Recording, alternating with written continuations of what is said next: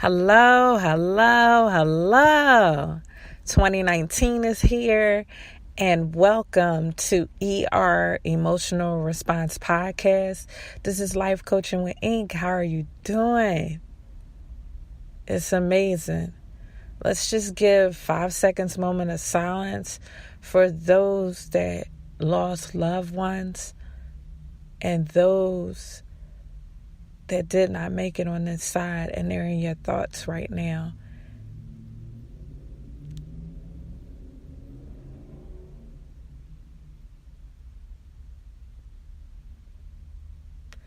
Life is so precious. It's precious to the point as resilient as we can be.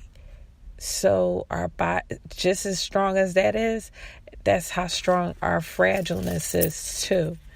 And life could be here one day and gone the next. And it was heavy on my heart when the year was coming through, how many people perished this year. And it's not to say that people perish every year.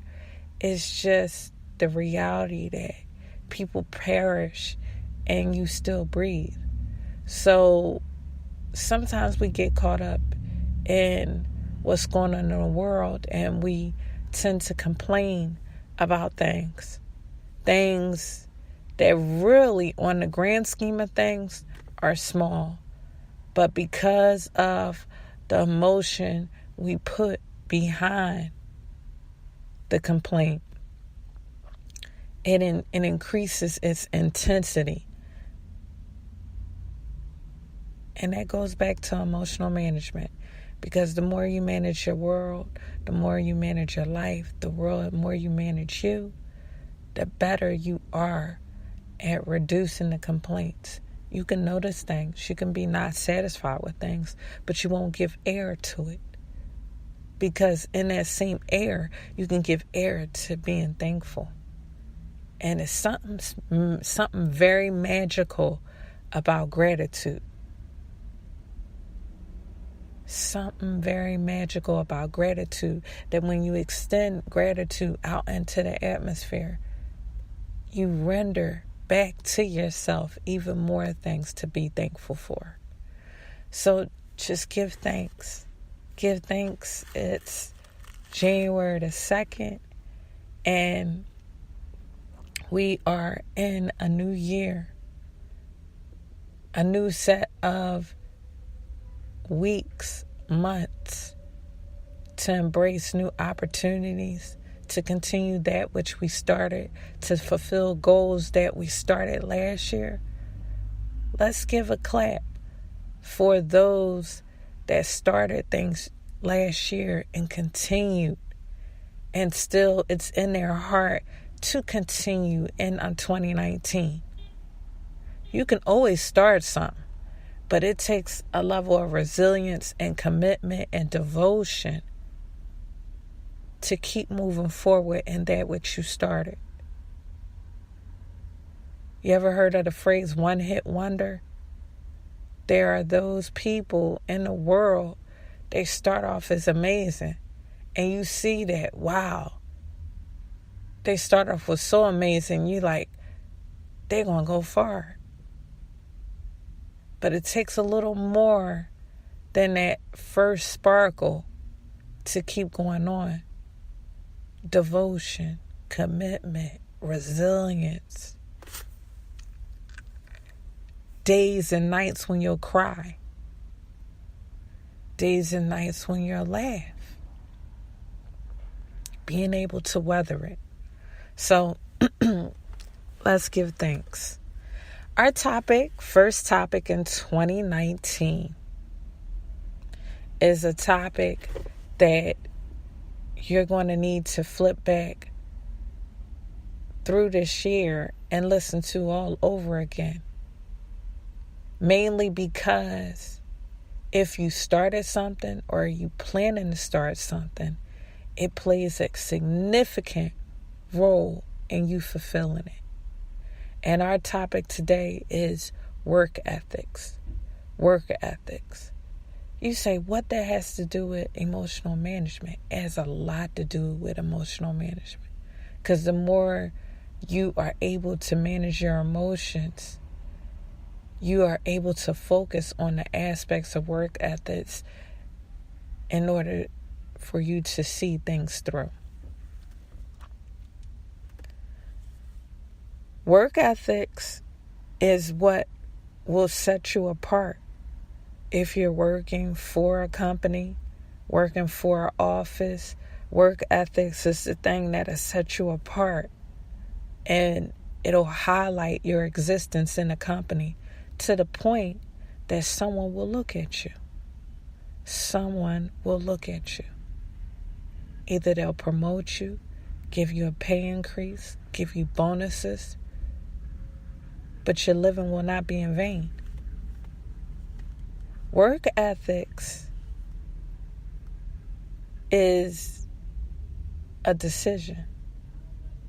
And it's a decision that happens behind anything that you feel. You just choose to go on and push forward. Work ethics. Now, just in case some listeners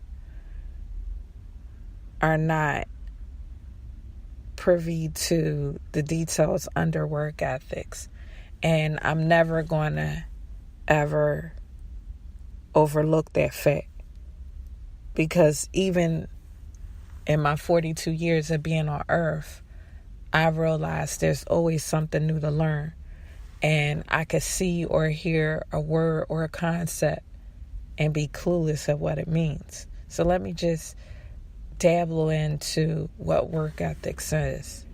Work ethics is a belief that hard work and diligence have a moral benefit and an inherent ability, virtue, or value to strengthen character and individual abilities. It is a set of values centered on importance of work and manifested by determination or desire to work hard.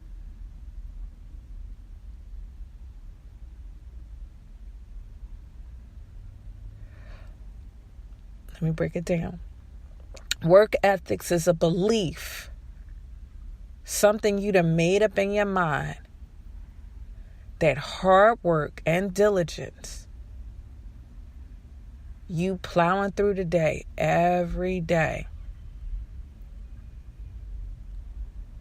you pushing forward beyond what you feel, and diligence consistently, maybe not getting an immediate reward, have a moral benefit.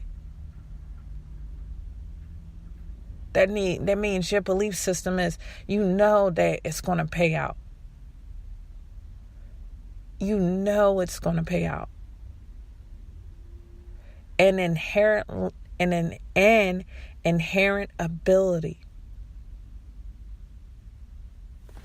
You don't have to be the strongest person, the tallest person, the swiftest person, the most attractive person, the person with the best personality. But you have to have the ability to put your best foot forward. And that's what separates you. It's a set of values centered.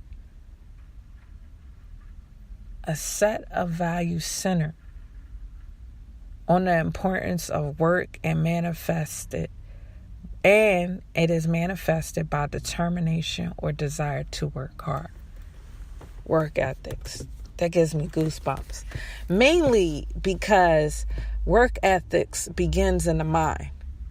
And just like anything in life begins in the mind. You want to see something through, see it in your mind first. Imagine it, detail by detail, all the way down to the actual nail. See it in your mind, because it's true. As a man thinks, so is he. So the difference sometimes between you and another person that has the same position is mindset.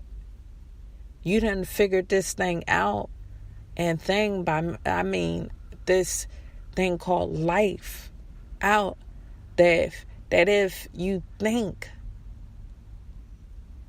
and you stay on a continual frequency of thinking goodness, it affects your actions, which in turn, your actions give you the results that is rendered to you.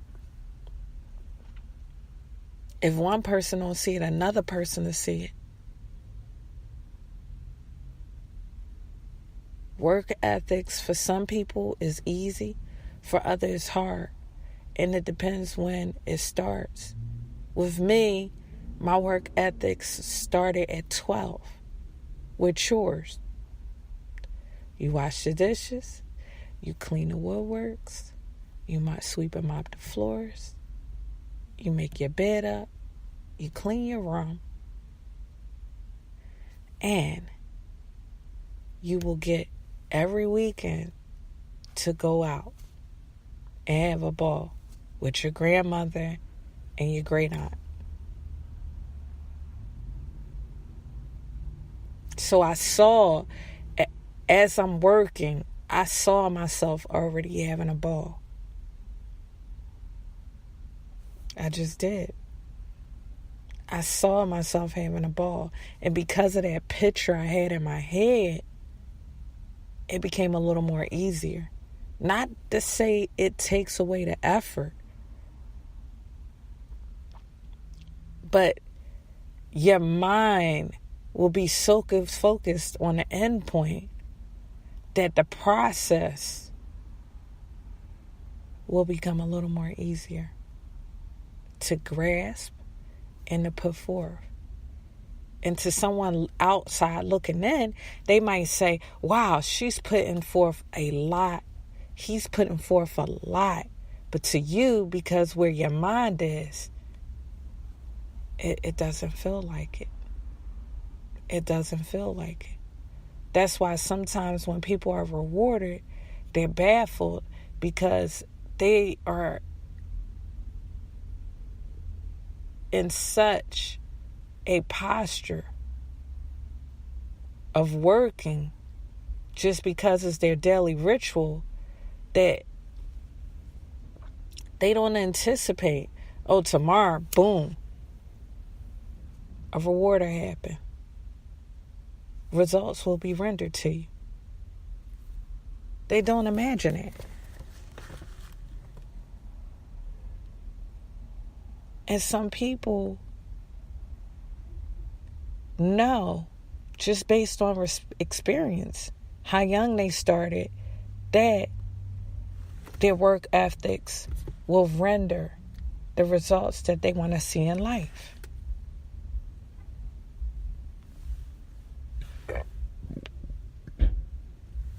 A lot of people have been saying there's been a certain distaste with the younger generation that's coming up in their 20s and their 30s because they lack work ethics. Doesn't mean that they're not talented. It doesn't mean that they don't have the ability. It's just that they don't have a concept of work ethics down. And having a concept of work ethics down comes from your parents, comes from your teachers, comes from your leaders in your community. Because I'm a firm believer, if you don't get it at home, the Lord is so kind enough to send someone else along your path to make sure you get it, to make sure you get guidance.